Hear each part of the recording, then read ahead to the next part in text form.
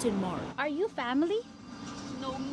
A gas station here in New York State near the Canadian border, Excuse me, can we speak to you, please?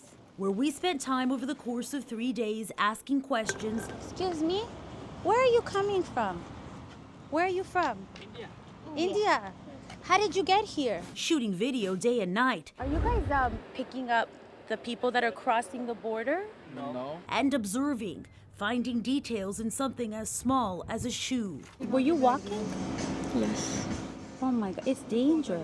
very dangerous. We confirmed this is the meeting point for migrants after crossing the Canadian border on foot. Where are you going now? New York.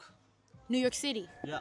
We spotted a New York City yellow taxi cab more than a 5-hour drive away from home. We're told taxi, rideshare, and private drivers are all part of the plan to get migrants from here to New York City.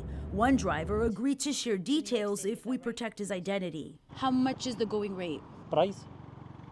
Some people they charge 150, 130, 135 like that. Per person? Yeah. How do they find you? Everybody driver, they park the car here, everybody know. Some people they go by bus.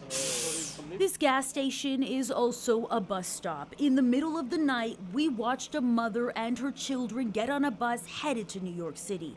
She didn't want us to show her face. ¿De dónde vienes, amiga? De Venezuela. In Spanish, she told me they're from Venezuela and in search of a better life. The pursuit of the American dream has long been documented as the fuel for the illegal journey countless migrants keep making into the U.S. While the focus has long been on the porous southern border, our camera is pointed north as we move through a part of northeast New York in Clinton County, right by the northern border's edge. Here, instead of walls and fences, you can find open land. Border barriers like these cement blocks are few and far between. Farms and small towns line the northern border here in northeast New York. This boundary marker divides the U.S. from Canada. And from the looks of it here, walking across is actually quite doable. These people are putting themselves at risk trying to do that. It is extremely dangerous. Major Nicholas Leon, chief deputy at the Clinton County Sheriff's Office, is often called to assist Border Patrol agents. We found people frozen on the border. I've literally watched the Border Patrol carry an elderly woman out of the woods whose feet were frozen. And that risk is worth it to them. He wasn't surprised when we told him about that yellow taxi cab we saw. Its medallion, we later confirmed, traces back to the city. We're well aware of the yellow cabs. We're aware there is a border operation to pick people up. And there's money to make. There's always money to be made. Canadian law enforcement confirming human smugglers are behind it all. And like at the southern border, transnational crime is part of the whole picture. We have relevant intelligence that the Mexican cartels are involved in human smuggling operations in Canada. We've known that for quite some time. So we do know that the Mexican cartels are involved in this, but there are also other organized crime groups. Some of them are located here in Canada, and we have active investigations to uncover that. Who's behind it? Stretching more than 5,500 miles, the northern border is the longest land border in the world, more than twice as long as the southern border. U.S. Customs and Border Protection declined our request for an interview about the northern border. But in a statement, a spokesperson said, U.S. Border Patrol works with our federal and international partners to combat human smuggling. Data shows an increase in the number of people Border Patrol agents are catching crossing the northern border illegally. We crunched the numbers. It's an increase of almost 1,000% from 2021 to 2023. And this year, the numbers are still trending up. According to U.S. CBP records, the migrants crossing illegally from Canada are primarily coming from India.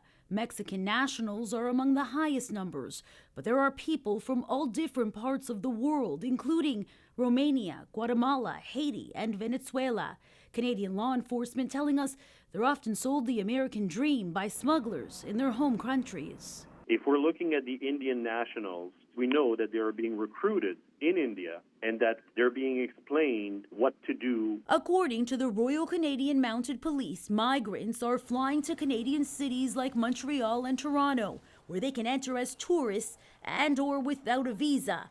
They're being guided to the border's edge and walking across. The RCMP learning details from those they've caught. They've basically been explained how to cross and what to say. Most of them, when we intercept them, they're very cooperative. Obviously, they're scared. And when we ask them, they will often say that they have spent hundreds and thousands of dollars per person to cross. Janet McFetridge is the mayor of the village of Champlain, located right by Canada.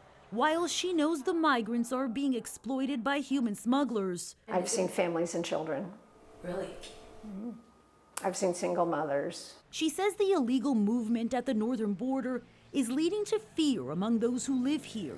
They're coming right into people's backyards, sometimes show up in their sheds, their barns, on porches, knocking on doors, leaving items behind, some clothing. I mean, people are terrified. Law enforcement on both sides of the border says people on both sides are battling the kind of fear that comes with the unknown.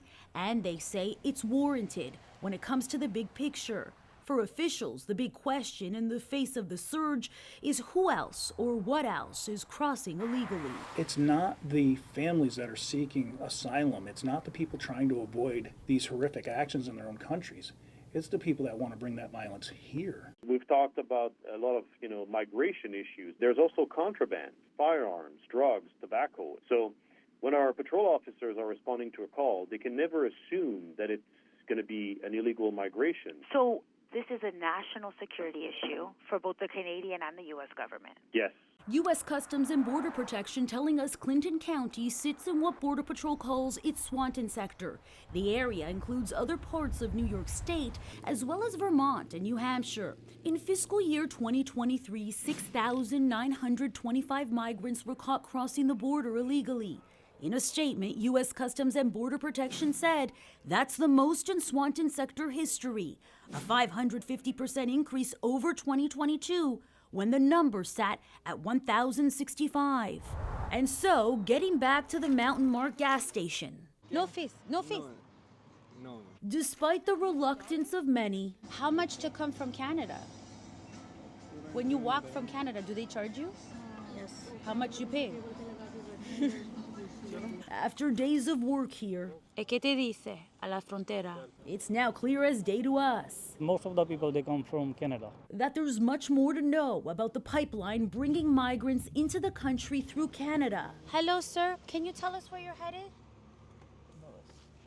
We saw you before, right? Are you going to New York City? And straight to New York City. Stephanie Bertini, Fox 5 News.